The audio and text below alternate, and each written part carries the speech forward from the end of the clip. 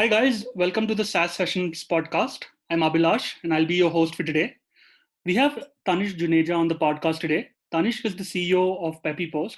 Pepipost has over 50,000 customers and they send around 8 billion emails per month. Today we'll deep dive into the history of Pepipost and how it all began. Welcome to the podcast, Tanishq. How are you doing? Thanks, Abhilash. Thanks for having me. I'm doing very well. How are you doing? I'm good as well. How exactly are you coping up with the entire COVID situation right now? Oh, I think it is one word which everyone says is uncertainty. I think everyone is working very hard. Everyone is listening to warning from what is coming from government, and I think this is the best time India has shown that how disciplined or how sincere we are, and I feel that for marketers, for businesses, this is really a tough time, and we hope that we are able to overcome this soon. And the number of sessions, the number of webinars, the number of online learnings, I think all of that has increased. So, which is amazing that this whole period of crisis, people are taking it as an opportunity to learn a lot. I think these couple of weeks and couple of months everyone should look forward to learning a lot of new things, doing things which they have not done before, and take this crisis situation as a biggest uh, good time period for you to learn. Noted. And as you mentioned rightly, that on everything's moved online, people are learning more, engaging more.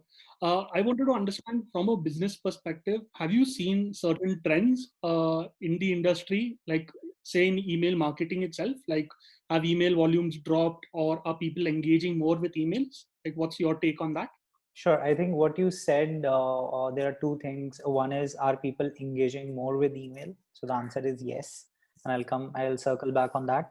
And have the volumes gone down, or have people sent less? I think the answer is again yes. See, the first and foremost, the industries which are impacted, the travel, the hospitality, these are like the first and foremost industries which have been impacted. I'm sure e-commerce has again been impacted because the deliveries are not happening. Not many people are trying to invest into things like luxury items, or buying new stuff, because they know that right now they don't know for how long this will last. So I think most of these verticals, they have stopped, or they have narrowed down, or they are sending minimum amount of emailing. They are not sending emails to just sell. They are being very relevant, and hence the volumes have gone down from these industries. So for example, I'm sure from travel leaders to hospitality leaders, they would not be sending a lot of emails. So that is definitely the risk. You can't oversend right now at this situation when people are so sensitive about things. Second thing is, most people are spending their time online. They are being more sincere. Back in the days, let's take the time before COVID. You would send out an email and expect a response. The response could come in first 24 hours. Today people are responding within 1 hour or within 30 minutes of receiving the emails. People are more online. Everything they want to do is through emails or through these meetings and Skype meetings and Zoom call meetings. So I think the response on the emails have improved. People are opening more. We have seen a trend of 20 to 25% more open rates for certain category of emails, and we continue to see more presence online. Great to get these insights and understand what exactly is happening across in these times. Now, coming back to our general discussion, like I wanted to understand how exactly did Pepipost start? Sure. So Pepipost is an incubation under Netcore. Netcore is we all know that Netcore is a marketing automation and technology leader in the space, and Netcore has this very entrepreneurial culture. So I was heading the email business at Netcore, and Netcore predominantly was very popular with email marketing and email deliverability. I think that has been the business with Netcore since last 15 to 20 years. What we were doing was, we were selling to enterprises, and we had this good clarity and control on how to manage deliverability, how to help people. And on the other side, we were not doing anything on the SMB side. So we were just selling to enterprises.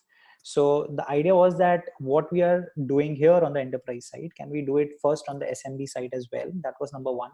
Second thought was, we did some sort of research and we realized that there are people who are on the SMB side who are helping small senders or people who are not sending very, very large volumes. They're helping, but then there was a niche where people needed deliverability help.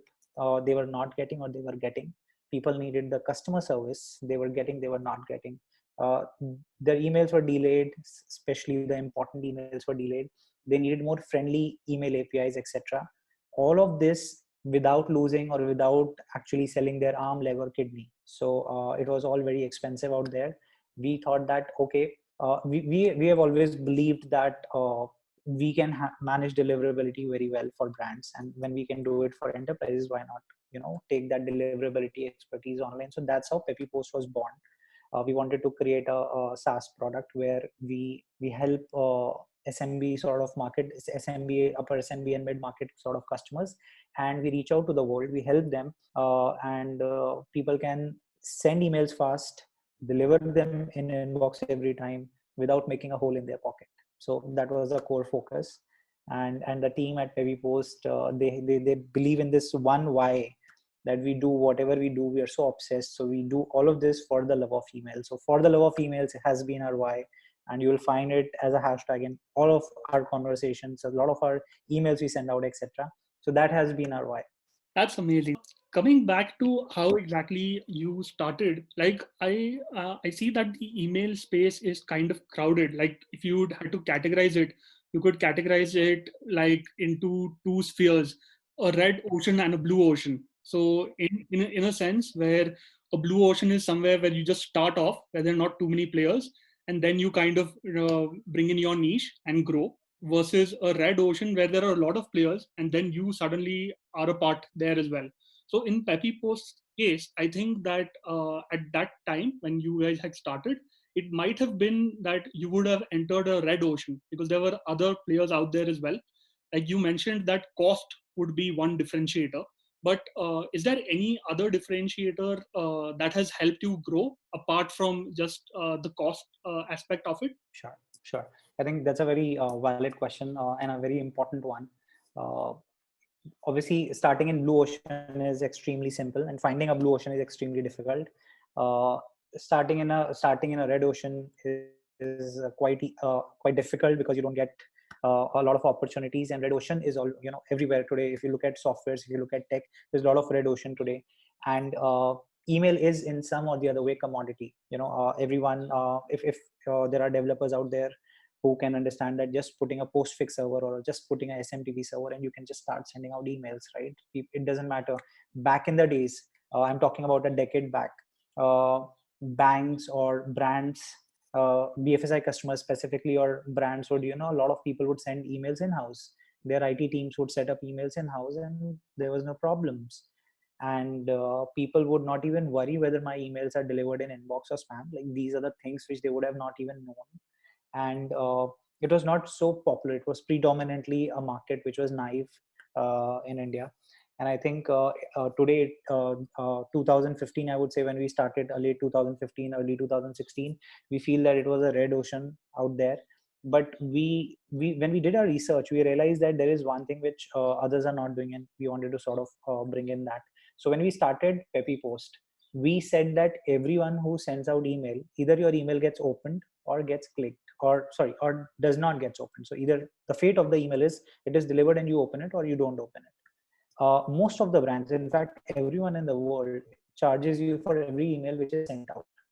What we did with Pepipost, when we launched with a pricing strategy where we would not charge people for emails which are opened, which means that the engagement is free, right? So when, let's assume that you send out 100,000 emails and 30,000 people opened your email, you only have to pay us for 70,000 emails. You do not have to pay anything for 30,000 emails. In fact, I remember we have brands who send out emails.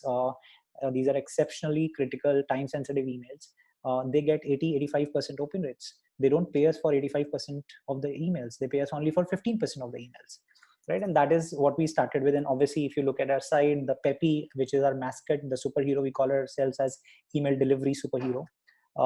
that itself garnered a lot of traction. Our unique pricing model garnered a lot of traction, and we really got a lot of love from the industry, and we felt that okay, I think our in the red ocean you should have something very, very unique.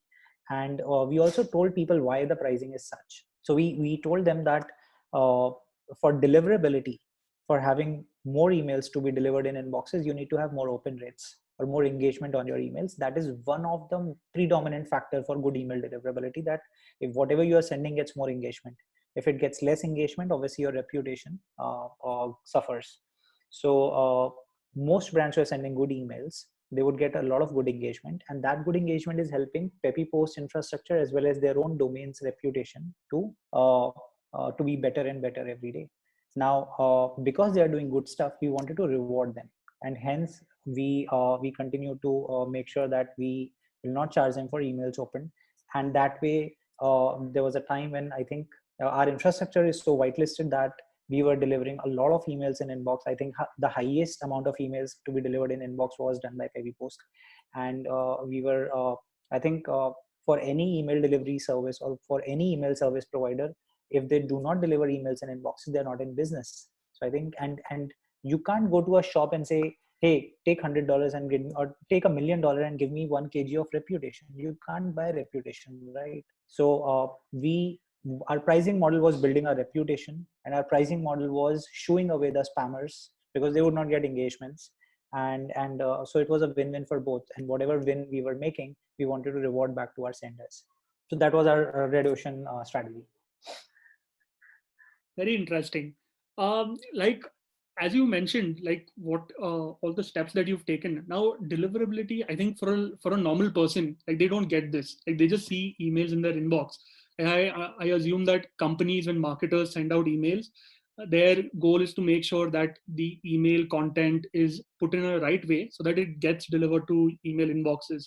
Whereas a normal user wouldn't understand this. Like, how would like if someone's trying to send out emails, like what would be best practices that you would recommend so that they, even if they don't understand the entire concept of it, they can at least follow these to make sure that their emails land up where they have to. Sure. So I would start by saying that I think Gmail is one of the primary. I think it is king of MSPs.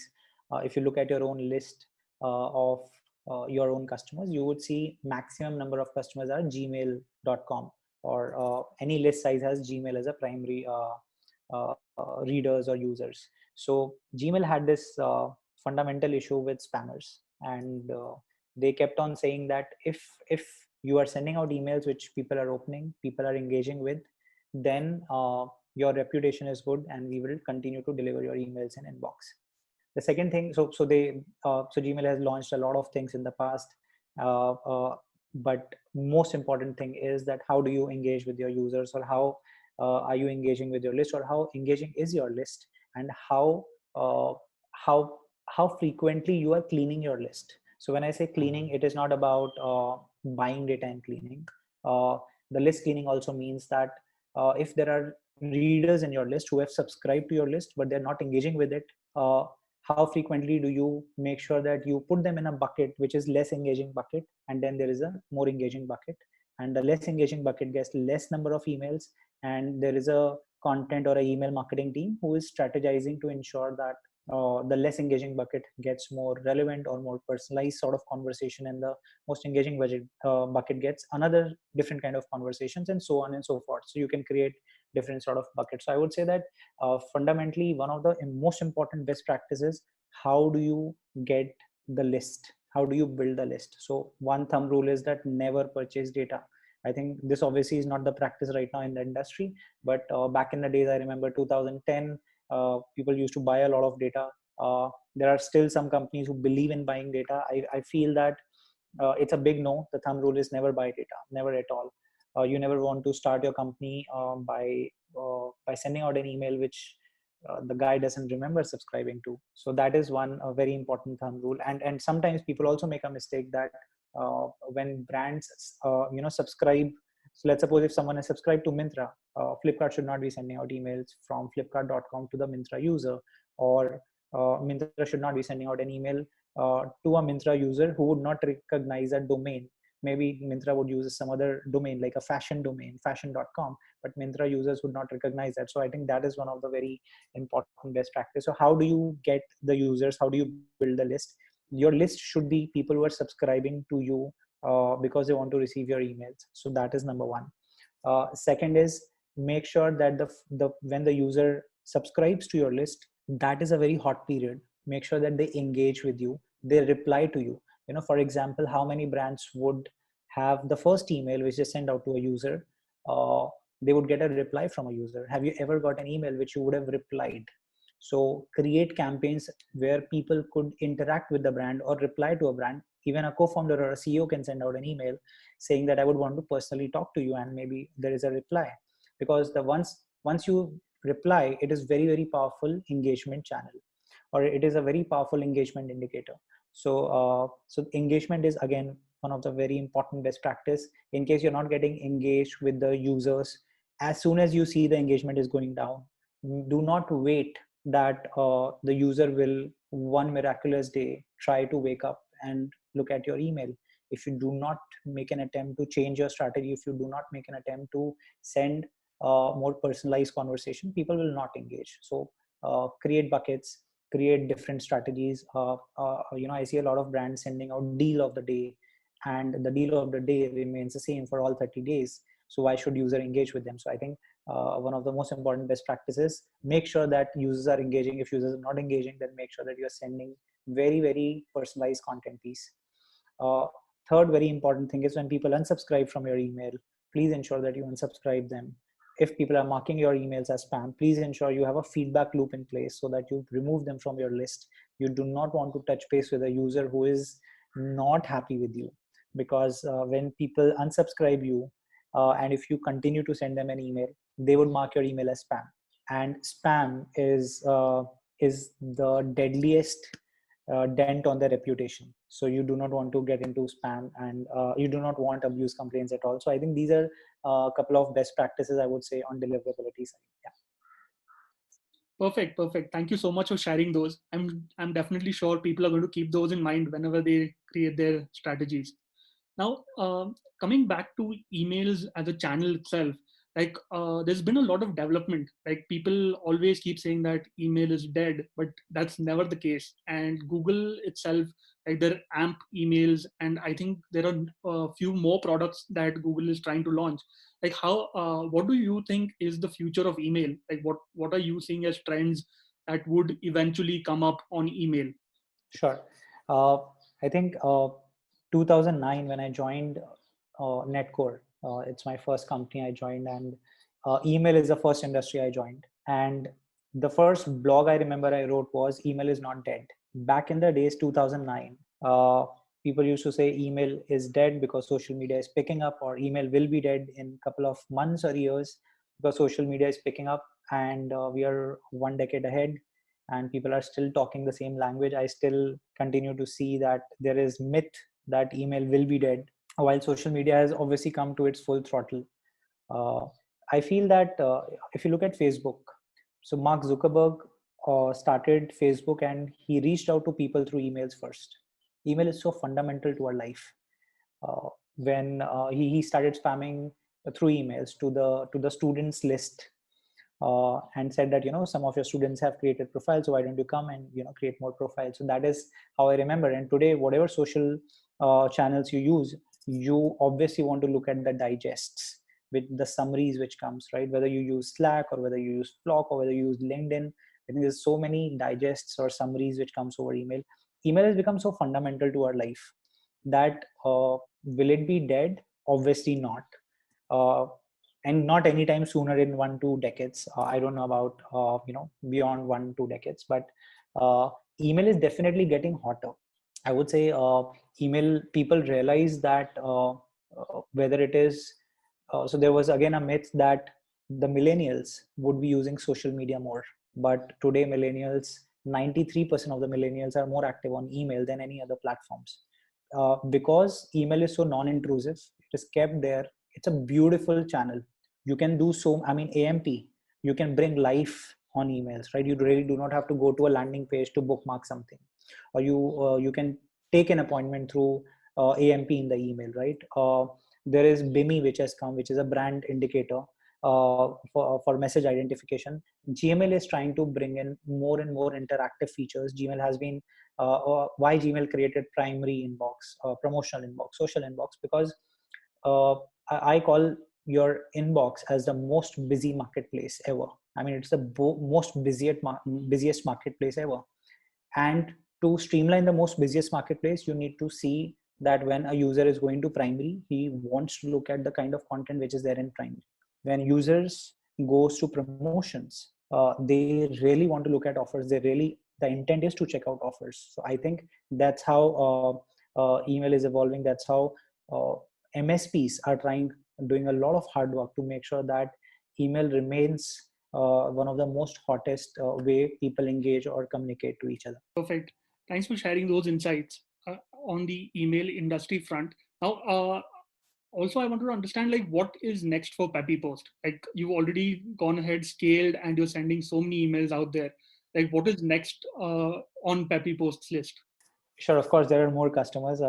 We have 50,000 of them, and we want to obviously help a lot more customers save a lot of money. If I look at, we would have saved millions of dollars to those 50,000 customers, because they're getting great inboxing, all of that at 50% or lesser the price than most ESPs out there or most email service providers out there. So obviously, we want to reach out to more and more people to help them.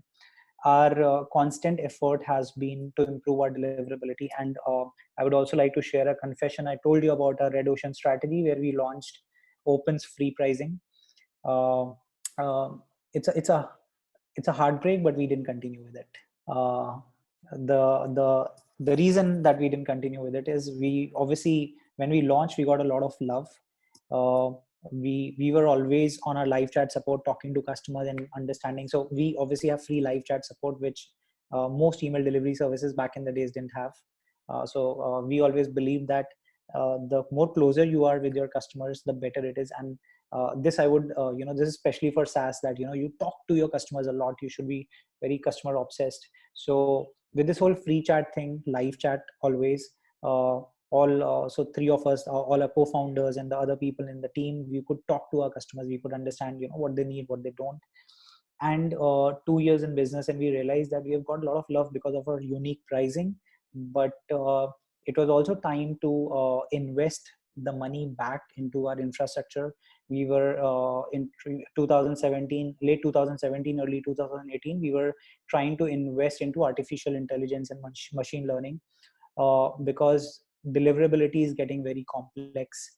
It is not so simple. 2 years or 3 years back, the way Gmail would look at your content piece, or the way they would deliver your emails to your users inbox, from now it is like it is much ahead of time. So we knew that spam filters would get smart, MSPs would get smart, and hence an email delivery service with best practices would not just survive. We need to invest into our system, be more artificial intelligence and machine learning ready, so that you can predict a lot of signals which otherwise a human mind cannot. Read a lot of signals to be able to help people deliver better. And that is when we realized that we are giving a lot of opens free as a credit. We changed our pricing strategy. We were very scared also, that because initially we have got a lot of love, people might think that this the success has gone in the head, and we are making a big jump. We also consulted to some of our early adopter customers, and we went back to them and we discussed, and they said that we are there with you not because of Open's free. We are there with you because you deliver our emails well in inbox, and we don't mind paying you a 20, 30, 40% extra. And that was obviously some customers spoken, not all. We thought that let's try this out, and let's tell people that we are investing back that money to make deliverability better. And to our surprise, we got overwhelming response. There were a couple of negative response, but there was a lot of positive responses. There's a lot of love which poured in, and we discontinued the open free model, and we had support of a lot of customers. And some customers who left, they also circled back to us later, and we believed that it was not just pricing, but our love for what we do. Like we said, we love emails a lot. We want to make sure that we hit inbox every day, every time for every email, and that brought people back to us. So that is what I would say, that we continue to invest in the future of Pepipost. There is a lot more smartness we need to bring in our deliverability. We are getting our systems AMP ready and BIMI ready, and there are more technologies coming. We are also trying to educate our customers that how they can use these technologies better. And I think the core goal with Pepipost is that when people think of deliverability, they remember Pepipost. If they want an affordable email delivery, they remember Pepipost. And to a lot more extent, we are also seeing that how we can make marketers at scale smarter, that they can send emails in a more personalized way, because the future of email is not picking up a very large segment and sending out emails in bulk. It will be a lot more personalized. So Pepipost continues to invest in those areas. Sure. Awesome. Great to hear those insights from your side. Now, I understand, like, breaking down deliverability, performance, and what else is coming back in emails. I'm sure that the audience is definitely going to go ahead and read up more on this. And it would be great if you could share that blog from 2009 where you said that emails aren't dead, because that's very resounding right now. And I definitely see emails as a very good engagement channel for the years to come as well. Sure. Sure. I think that blog has been taken down because that was the first early blog I wrote. And I remember after that, I wrote Story of an Email Who Landed in Spam. Again, that got a lot of love. I was like talking like there's an email who's telling its story, why it landed in spam, etc. So I used to write these not very sensational, but very generic blogs. So we have taken down because we are now 6-7 websites ahead now. There are so many versions, so those blogs have not been there anymore. Yeah. Uh-huh. Oh, okay. Okay, great. Uh, Also, Tanishq, I wanted to understand, like, apart from deliverability and emails from your side, what do you think about this SaaS industry in India? Like, what do you think has been the change in the past few years and what it is right now? Sure. I think my encounter with SaaS has been not more than 3 years old. Obviously, SaaS industry is much older in India. Uh, I would say that Indians are very hardworking people. They are a lot of companies which are there today are were in the mind of product managers or project managers, or these ideas were with people who are creators. And in India, you would find a lot of creators. And the entire SaaS industry, I think maybe some great SaaS product would be coming out from a product manager of this year. We don't know yet, but this is where I see people who are managing teams, or people who are managing products, or people who are managing projects. They're very creative people, and I'm not saying that these are the only people who can create SaaS companies. There are obviously a whole lot of bunch out there, but I think this whole creativity of creating stuff is bringing a lot of SaaS love in India. I think we have not yet reached to a stage where SaaS explodes in India. Maybe we are very, very near to that stage, or we are maybe very close to that stage.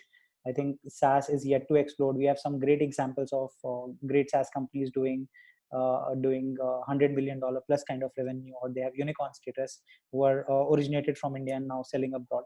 I think this is a very promising piece. I think SaaS and AI, they are both equally promising elements in the industry today. And the next 1 or 2 decades, SaaS will be very big in India. I think India would be maybe one of the largest country. Maybe there would be a Silicon Valley. There may be 1 or 2 more Silicon Valleys within India. That is where I see SaaS heading. And I remember AI came in, and a lot of things which you do today, they have become smarter. And still AI has not been at its prime. So AI still is at a very nascent stage. And you take any startup who is doing a data work or anything, who's solving a problem, AI would take that startup and now start solving that problem smartly. And basically what SaaS will do is help remove the frictions in the way people consume that startup service. So I think it goes hand in hand in a lot of ways. So I think people are today trying to save the primary currency of everyone in the world, which is time. I feel that time is a primary currency. You earn money, you spend money to save time, and SaaS is sort of helping save a lot of time. So every SaaS company is trying to do something which will save someone else's time, uh, and maybe in hours or in days or in months. And that is why I think people are ready to pay a lot of money to spend to save their primary currency, which is time. So I think SaaS has to be big in India. It's about removing friction, and people are good in India at identifying that, okay, there is this friction, I would want to invest in it. There is a niche who would want to pay me for removing that friction. And I think as long as that is there, SaaS has a beautiful future in India. Awesome. Great to hear your thoughts on that.